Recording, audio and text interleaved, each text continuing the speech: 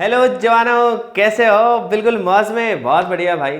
आज हम लोग फिजिक्स का बहुत इंपॉर्टेंट टॉपिक पढ़ने वाले हैं। पता है दो बार बहुत क्यों बोला मैंने? क्योंकि एक बार +1 के लिए, एक बार +2 के लिए। भाई +1 में तो है ये ऑफिशियल सिलेबस में, और यदि +2 की बात करें तो भाई वहां पे न्यूमेरिकल्स के बीच में ऐसे यूज हो जाएगा, उसके बिना काम पढ़ना नहीं है। ठीक है, इसलिए मेरे भाई इसको अच्छे से समझ लो, अच्छे समझ लो। ये चीज समझने की है, ये एक बेसिक टूल की तरह से है, लेकिन हमें ना इसकी एक एक चीज अच्छे से आनी चाहिए। हम इसमें एक्सपर्ट हो जाने चाहिए, अच्छी सी फीलिंग आनी चाहिए। ऐसा नहीं है कि साहब वेक्टर क्या होते हैं, डेफिनेशन तो पता है, यूज कैसे करना है हमारे तो जी तोते उड़ जाते हैं जी। हाँ, तो थोड़ा सा साहब ये चीज ध्यान रखनी है आपको। बहुत इंपॉर्टेंट टॉपिक है, बहुत इंटरेस्टिंग भी बनने वाला है। बस आपको क्या करना है, पेन कॉपी उठाओ और एक एक चीज को समझते चलो। मैं एक एक चीज बताऊंगा कि जरूरत क्यों पड़ी, वेक्टर्स को डिफाइन करने की आवश्यकता है क्यों पड़ी, ये सब बातें मैं आपको बताने वाला हूं। इसका अलजेब्रा हम लोग डिटेल में पढ़ने वाले हैं। तो प्यारे जवानों, हो जाओ तैयार। आपको हमेशा याद रखना है, सुबह शाम नोट्स रिवाइज करने हैं और एक योद्धा की तरह से पढ़ाई करनी है, हमेशा एक जज्बे के साथ। ठीक है ना, कि हमें वाकई इसको पढ़ना है, ऐसे टाइम पास के लिए नहीं करना है। ओके प्यारे जवानों, शुरू करते हैं। तो मैं एक छोटी सी बात आपसे पूछता हूं।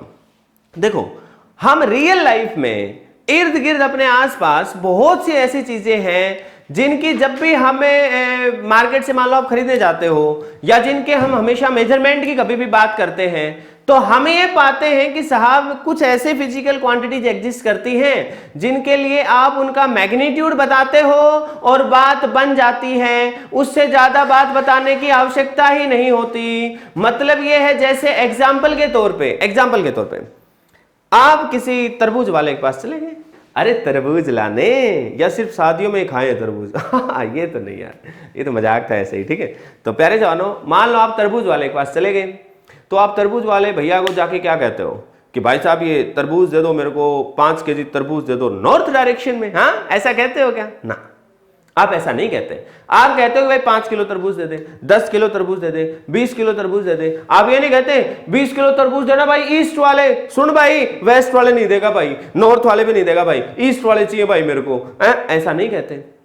तो इसका मतलब क्या है? इसका मतलब है कि कुछ क्वांटिटीज ऐसी हैं जिनमें यदि हम सिर्फ मैग्नीट्यूड बता दें, सिर्फ उनकी वैल्यू को बता दें, तो अगला बंदा सारी बात समझ जाता है कि ये क्या कहना चाह रहा है, और एग्जैक्टली वैसे ही बिहेव करता है जैसे आपने अभी देखा। क्लियर है कि जो आप चाह रहे थे वैसा बिहेवियर, आपने 5 किलो तरबूज मांगे तो 5 किलो तरबूज आपको मिल गए।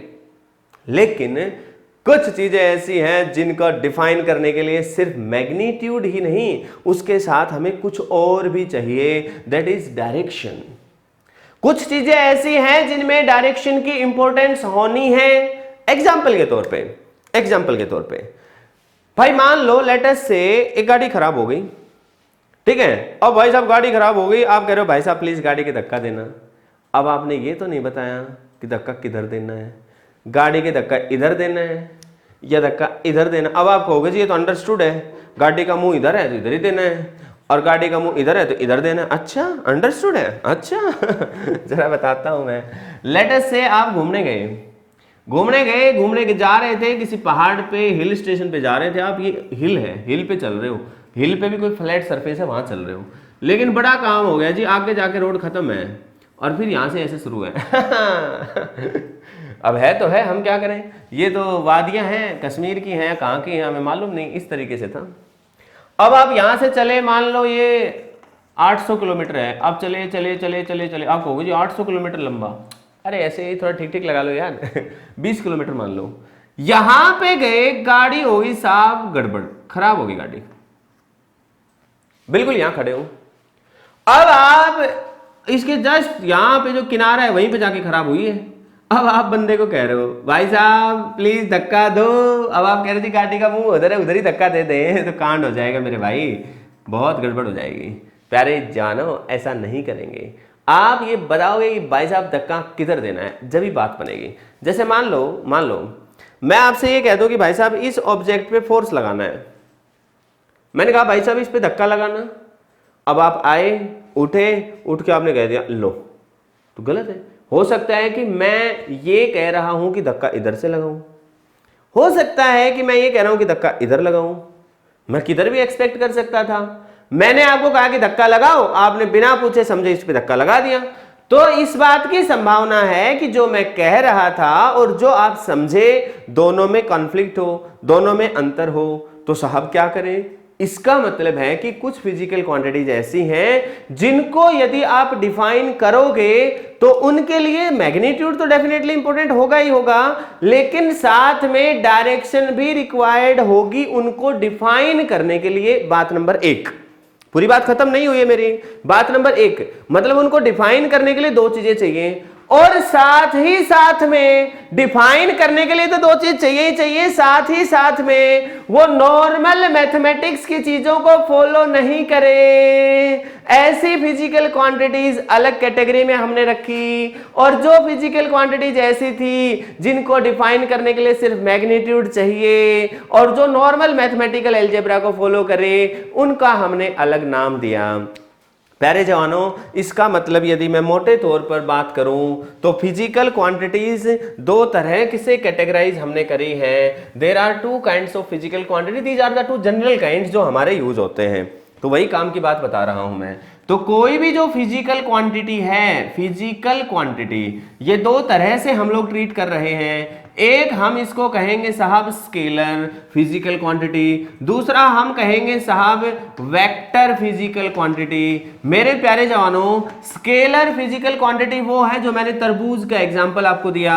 ऐसी physical quantities which can be defined by the magnitude only, जिनके लिए सिर्फ मैग्नीट्यूड दे दिया, बात बन गई, बात बन गई। फॉर एग्जांपल मास, किसी भी चीज का जो मास है वो क्या है भाई साहब, स्केलर फिजिकल क्वांटिटी है, उसमें आपको डायरेक्शन बताने की जरूरत नहीं पड़ेगी। And also these physical quantities follow the normal mathematical algebra. अब ये नॉर्मल मैथमेटिक्स को ही फॉलो कर रही है तो लिखने की आवश्यकता नहीं है, लेकिन आप चाहो तो लिख सकते हो कि नॉर्मल मैथमेटिक्स को फॉलो करेगी। लेकिन ये फिजिकल क्वांटिटीज कैसी हैं? ये ऐसे फिजिकल क्वांटिटीज हैं जिनको डिफाइन करने के लिए हमें मैग्नीट्यूड भी चाहिए, प्लस जिनमें डायरेक्शन भी चाहिए। And one most important thing is that ये फिजिकल क्वांटिटीज नॉर्मल मैथमेटिक्स को फॉलो नहीं करेंगी, जो कि वेक्टर अलजेब्रा को फॉलो करने वाली हैं। यदि हमारे पास इस तरह की फिजिकल क्वांटिटीज हैं, ऐसी फिजिकल क्वांटिटीज को हम वेक्टर की कैटेगरी में रखते हैं। प्यारे जवानों, एक बात यहां पर बहुत ध्यान देने की है, ध्यान देने की यह है कि हमारे पास कुछ चीजें ऐसी भी हैं जिनका मैग्नीट्यूड भी है, जिनकी डायरेक्शन भी है, बस वो वेक्टर अलजेब्रा को फॉलो नहीं करते, मतलब वो वेक्टर अलजेब्रा को फॉलो नहीं करते। ऐसी चीजों का एग्जाम्पल है, फॉर एग्जाम्पल इलेक्ट्रिक करंट। पढ़ रखा है तो आपने बहुत बढ़िया, नहीं पढ़ा तो आप बाद में पढ़ोगे कि भाई साहब इलेक्ट्रिक करंट नाम की जो चीज है, इसका मैग्नीट्यूड भी हमारे पास है, इसकी डायरेक्शन भी हमारे पास है, लेकिन ये वेक्टर अलजेब्रा को फॉलो नहीं करता। इस वजह से हम इसको vector algebra, vector physical quantities की कैटेगरी में नहीं रखते, बल्कि हम इसको फिजिकल क्वांटिटी की कैटेगरी में ही रखते हैं। ध्यान रखनी है ये बात। इसलिए यहां पर जो डेफिनेशन में वेक्टर अलजेब्रा वाली बात है, ये इंपॉर्टेंट है, ध्यान रखना है। कई बार हम फ्लो में क्या बोल जाते हैं कि वेक्टर क्वांटिटीज वो हैं जिनका मैग्नीट्यूड है और जिनकी डायरेक्शन है। नो, मैग्नीट्यूड और डायरेक्शन तो इलेक्ट्रिक करंट की भी है, लेकिन वो तो वेक्टर नहीं है। तो मेरे प्यारे जवानों, आपको थोड़ा समझना है कि वेक्टर क्वांटिटीज आप क्या हैं ये बोलोगे तो डेफिनेटली उनको डिफाइन करने के लिए मैग्नीट्यूड तो चाहिए चाहिए, साथ में डायरेक्शन भी चाहिए, लेकिन उनको आपस में सॉल्व करने के लिए नॉर्मल मैथमेटिक्स काम नहीं आएगा, वहां पर वेक्टर अलजेब्रा भी चाहिए। ऐसी फिजिकल क्वांटिटीज जो हैं उनको हम वेक्टर की तरह से ट्रीट करेंगे। प्यारे जवानों, इसके कई सारे एग्जाम्पल हैं, जैसे कि सबसे सिंपल एग्जाम्पल मैं ले रहा हूं, जैसे कि फोर्स। तो मेरे प्यारे जवानों, फोर्स जो है ये कैसी क्वांटिटी है? वेक्टर फिजिकल क्वांटिटी है। Force is a vector quantity. इसके अंदर क्या होगा? कुछ मैग्नीट्यूड होगा इसका, इसकी कुछ डायरेक्शन होगी, और ये क्या करने वाला है? वेक्टर अलजेब्रा को भी फॉलो करने वाला है। इस चैप्टर में हम सारी बातें वेक्टर अलजेब्रा की पढ़ेंगे। भाई ध्यान से सुन लो, यही पढ़ने वाले हैं। वेक्टर की डेफिनेशन तो मैंने बता दी, वेक्टर अलजेब्रा की सारी बातें पढ़ने वाले हैं। वेक्टर अलजेब्रा क्या है, कैसे काम करेंगे, वो ही सीखने वाले हैं। बहुत इंपॉर्टेंट चीज है।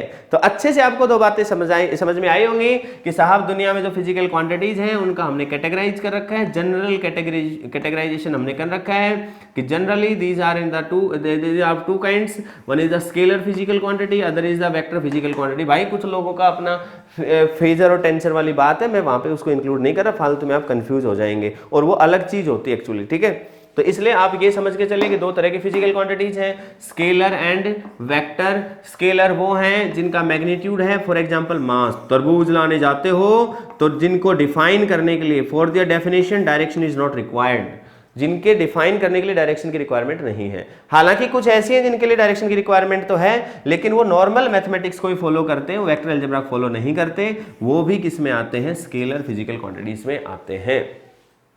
अब बात आती है कि vector physical quantities. Vector physical quantities वो हैं जिनमें मैग्नीट्यूड भी है, जिनकी डायरेक्शन भी है, और जो वेक्टर अलजेब्रा को फॉलो करते हैं।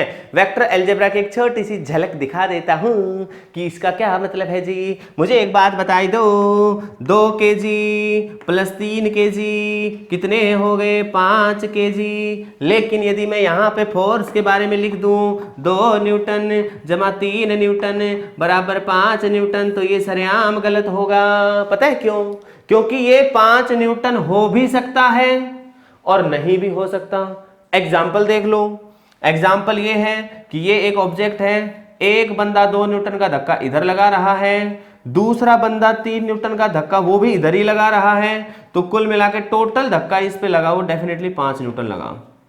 लेकिन ऐसा हो सकता है कि जो 2 न्यूटन वाला बंदा है ये इधर धक्का ना लगा के ये इधर धक्का लगा रहा हो, तो अब टोटल जो धक्का लगा वो 1 न्यूटन वाला धक्का लगा।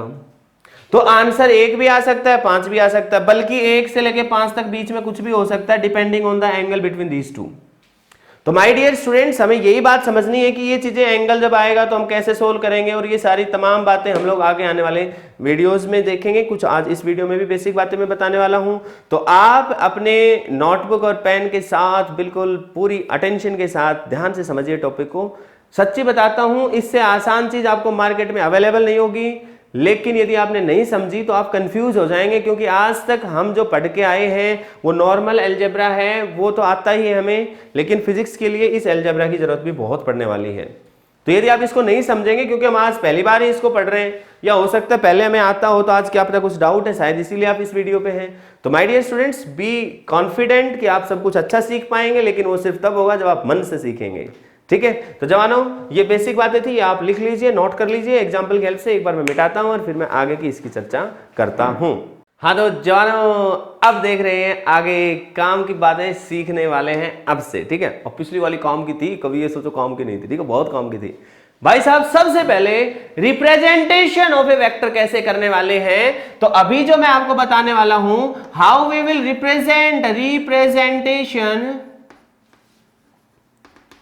Of a vector, representation of a vector किस तरीके से करने वाले हैं। प्यारे जवानों, 2 मेथड है रिप्रेजेंटेशन के। एक मेथड है सिंबॉलिक रिप्रेजेंटेशन, सिंबॉलिक वे में कैसे रिप्रेजेंट करें, और दूसरा जो मेथड है it is the geometrical representation. ये पहला सिंबॉलिक मेथड है, दूसरा ज्योमेट्रिकल मेथड है। तो ये बात आपको तसल्ली से समझनी है। सिंबॉलिक का मतलब तो आपको पता ही होगा, with the help of symbols.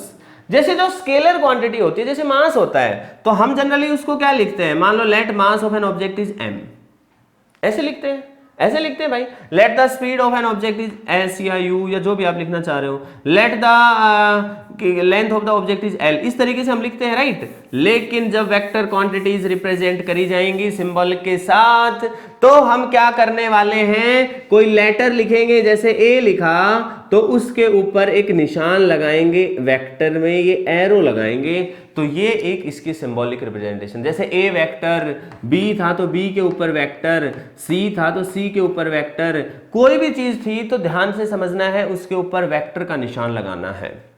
अब मैं एक बात यहां पे आपको कंफर्म कर दूं कि ये जो एरो है, this arrow does not indicate, गलती हो जाती है कई बार, इंडिकेट द डायरेक्शन ऑफ, जो भी फिजिकल क्वांटिटी ए है, जो भी ए ले रखा है उसकी डायरेक्शन को रिप्रेजेंट नहीं करता। कभी आप ये सोच रहे हो कि ए वेक्टर है, इसके ऊपर एरो इधर लगा रखा है, इसका मतलब ये चीज ऐसी थी, मान लो ये फोर्स है तो जी इस पे इधर फोर्स लग रहा था, इसका मतलब ये नहीं है। ये तो सबके साथ ही ऐसा ही निशान लगने वाला है। जैसे कि अक्सर आपने कभी रोड पे देखा होगा, रोड पे देखा होगा लगा के रख, जैसे टोल टैक्स से पहले गाड़ी का चित्र बना के रखते हैं, है ना, गाड़ी, ये गाड़ी का छोटा सा सिंबल बना दिया, लिख देते हैं ये गाड़ी है जी छोटी सी, 20 रुपए का टोल टैक्स है। थोड़ा सा ट्रक है तो ट्रक जैसी शक्ल बना दी, ये लो जी ट्रक, इसका मान लो 50 रुपए का टोल टैक्स है। अब आप पहुंच जाओ, मेरी तो ऐसी गाड़ी नहीं है, मेरा तो यहाँ चित्र नहीं लगा रखा, मैं तो नहीं दूंगा पैसे, मेरी गाड़ी का चित्र दिखाओ यहाँ पे।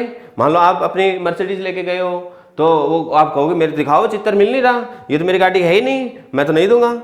तो ये एक सिंबॉलिक थिंग है कि कोई भी कार है, कोई भी ऐसी चीज है तो इसका मतलब उसके लिए 20 रुपए चार्ज है, फिक्स कर दिया हमने, तो अब उस पर बहस नहीं होगी, it is only for the symbolic purpose, right. Same ऐसे ही है कि जब ये एरो जो लगा रखा है ये सिर्फ इस बात को इंडिकेट करता है कि सावधान, जैसे आपको ए के ऊपर वेक्टर मिल जाए, बी के ऊपर किसी के भी ऊपर वेक्टर मिल जाए तो आपको क्या कहना है, सावधान।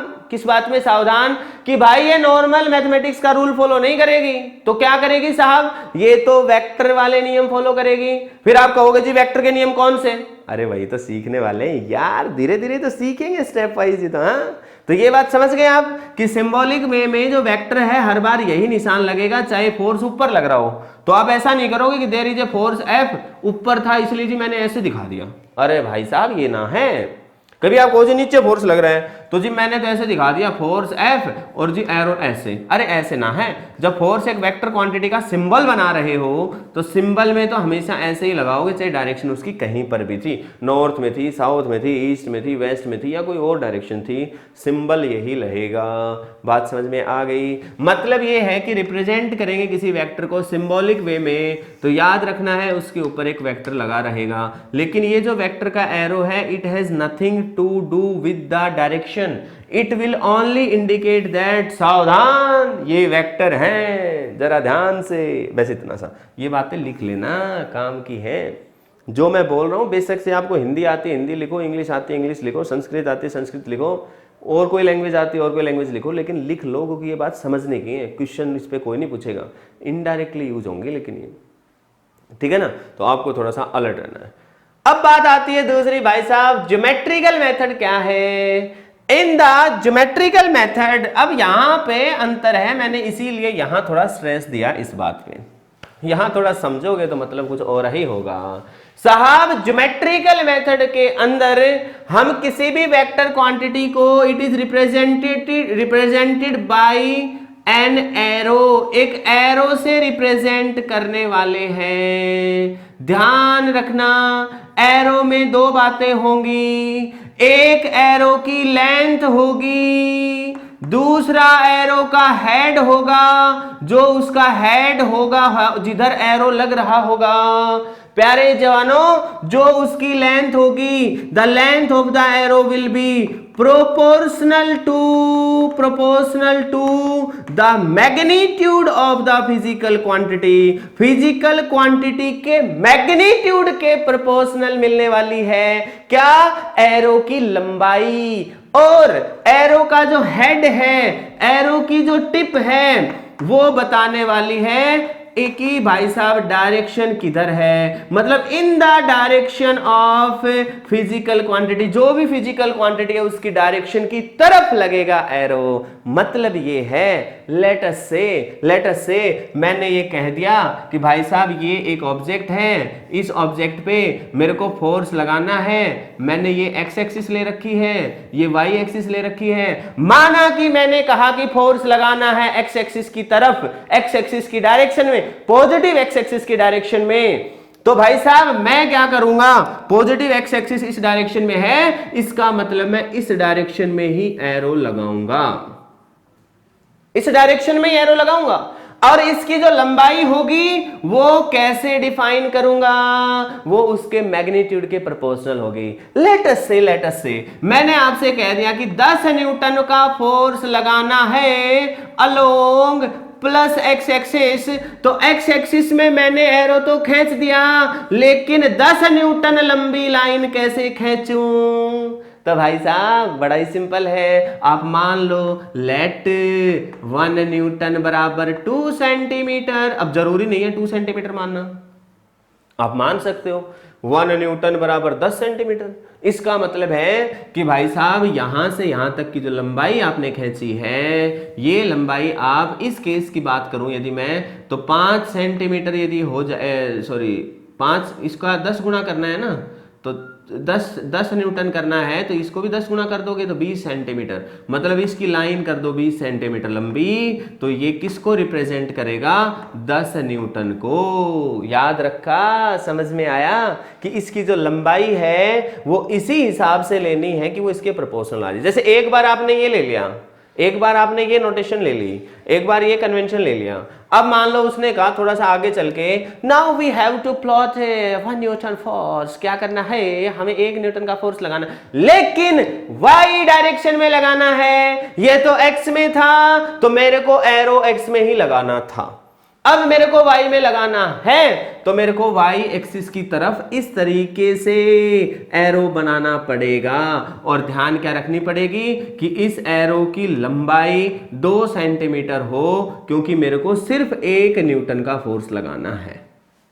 बात समझ में आई? तो एरो की जो लंबाई है यहां पे वो मैग्नीट्यूड के प्रोपोर्शनल है, ध्यान रखना है। दूसरा जो इसका हेड है, इसको हम इसका हेड बोलते हैं, ध्यान से समझना भाई, it is the arrow head, इसको हेड बोलेंगे, इसको टिप भी बोल सकते हैं, और जो पीछे है इसको हम बोलेंगे टेल। ऐसे ही ये इसका क्या हो जाएगा, हेड, और ये क्या हो जाएगा, टेल। तो जो टेल है, टेल की जो लेंथ है ये मैग्नीट्यूड के प्रोपोर्शनल है, और एरो का जो हेड है वो डायरेक्शन की तरफ है। अब यहां पर एक गलती क्या कर सकते हैं कुछ लोग, वो कहेंगे कि जी मान लो, मैं इधर लिख रहा हूं, समझ में तो आ ही जाएगा, कि माना कि हमें 4 न्यूटन का धक्का लगाना है, और वो धक्का लगाना है y एक्सिस की तरफ, तो क्या करें जी? तो एक स्टूडेंट ने तो क्या कर दिया भाई, 4 न्यूटन करना है तो 1 से 4 कर दो, 4 गुना करोगे 4 न्यूटन हो जाएगा, इधर से 4 गुना करोगे तो 8 सेंटीमीटर हो जाएगा, मतलब 8 सेंटीमीटर लंबी लाइन खींच देगा वो ऊपर की तरफ। एक स्टूडेंट तो ऐसा कर रहा है, और दूसरा और क्रांतिकारी है, वो पता क्या कर रहा है, वो कह रहा है जी पहले चलो लाइन तो एक्स एक्सिस की तरफ ही खींच देते हैं 4 सेंटीमीटर लंबी, इसने भी 4 सेंटीमीटर लंबी लाइन खींची, सॉरी 8 सेंटीमीटर लंबी लाइन खींची है 4 न्यूटन के लिए, इसने भी 8 सेंटीमीटर लंबी लाइन खींची है, लेकिन फिर एरो लगा दिया उसने ऐसे मोड़ के, ऐसे कि जी एरो ऊपर है। ओ भाई साहब, यहाँ पे सारा एरो एक ही पे बनाना है, ऐसा ना ही है कि कई मोड़ दे दो उसमें, है? बात समझ में आ गई? ऐसा नहीं है कि जी ऐसे आधी लंबाई ऐसे ले ली, आधी ऐसे ले ली, ये जो मोड वाला काम है ये नहीं करना है, सारा एक ही डायरेक्शन में लगाना। तो वाई एक्सिस में बोला है तो वाई की तरफ लगा दो एरो, एक्स में बोला एक्स की तरफ लगाओ। अब जरूरी नहीं कि वाई एक्सिस और एक्स एक्सिस, वो बोल सकता है कि एक्स और वाई के बीच में 30 डिग्री एंगल पे है, तो ऐसे लगा दो 30 डिग्री एंगल पे, खत्म। आपको घबराने की आवश्यकता नहीं है, बस समझना था वो क्या था कि इस एरो के अंदर 2 बातें हैं, एक इसकी लंबाई है, एक इसकी डायरेक्शन है। लंबाई कौन किसकी जानकारी देगा हमें? लंबाई इसके मैग्नीट्यूड की जानकारी देगा, और ये जो एरो हेड है ये हमें डायरेक्शन की जानकारी देगा। बहुत इंपॉर्टेंट बात है, इसलिए इसको धैर्य के साथ समझना है। क्लियर हो गई ये बात? तो आई होप आपको सिंबॉलिक रिप्रेजेंटेशन और ज्योमेट्रिकल रिप्रेजेंटेशन दोनों में अंतर समझ में आया। यहां पर जो एरो था ये इसका कोई लेना देना नहीं था, it is just for the symbolic purpose. मान लो आप टोल टैक्स पे गाड़ी के लिए आप पर्ची कटवा रहे हो, now it is of symbolic, गाड़ी का जो सिंबल था उसी से काम चल जाएगा। लेकिन आप कहीं पर चले जाओ, कोई आपको कह दे कि जी यहाँ पे ना ये देखो, आप चित्र दिखाया आपको कि देखो जी आपकी गाड़ी पे फाइन लग गया है, आप देखोगे उसको ध्यान से, भाई ये तो मेरी गाड़ी नहीं है, इसके नंबर तो मेरे जैसे नहीं है, मेरी गाड़ी तो सही पार्किंग में खड़ी है, ये नो पार्किंग में किसी और की गाड़ी है, आप इसका जरा नंबर चेक करो, मैं तो ये फाइन नहीं भरूंगा। हाँ, वहां पे आप कह सकते हो कि क्योंकि ये मेरी गाड़ी नहीं है, तो वहां बच जाओगे आप। वही चीज क्या है कि यहां पर एग्जैक्टली हूबहू होना चाहिए। छोटा वेक्टर वैल्यू कम है तो लेंथ कम होगी, बड़ा है लेंथ ज्यादा होगी। घबराना नहीं है, लेंथ उतनी होगी जितना उसका मैग्नीट्यूड है, और उधर उसी डायरेक्शन में होगा जिस डायरेक्शन में लगाना है। जैसे आपने कहा कि इधर लगा दो तो इधर ही बनाओगे एरो, उसने कहा इधर लगाओ तो इधर ही लगाओगे एरो, इसने कहा कि ऐसे लगाना है तो ऐसे लगाओगे एरो, इसने कहा भाई ऐसे लगाना है तो ऐसे लगाओगे एरो। तो आपको ध्यान रखना है एरो उधर लगाना है जिधर क्वांटिटी एक्ट कर रही है, जो क्वांटिटी की एक्चुअल डायरेक्शन है। बात समझ में आ गई होगी आई होप प्यारे जवानों। तो अभी मैंने आपको सिंबॉलिक रिप्रेजेंटेशन बताई और ज्योमेट्रिकल रिप्रेजेंटेशन बताई, तो दोनों बातों में आई होप आपको किसी तरह की कोई प्रॉब्लम नहीं होगी। तो प्यारे जवानों आज के लिए इतना ही, अगली वीडियो में फिर आपसे मुलाकात होगी जिसमें हम इस टॉपिक को आगे प्रोसीड करने वाले हैं। Goodbye, take care and enjoy learning physics.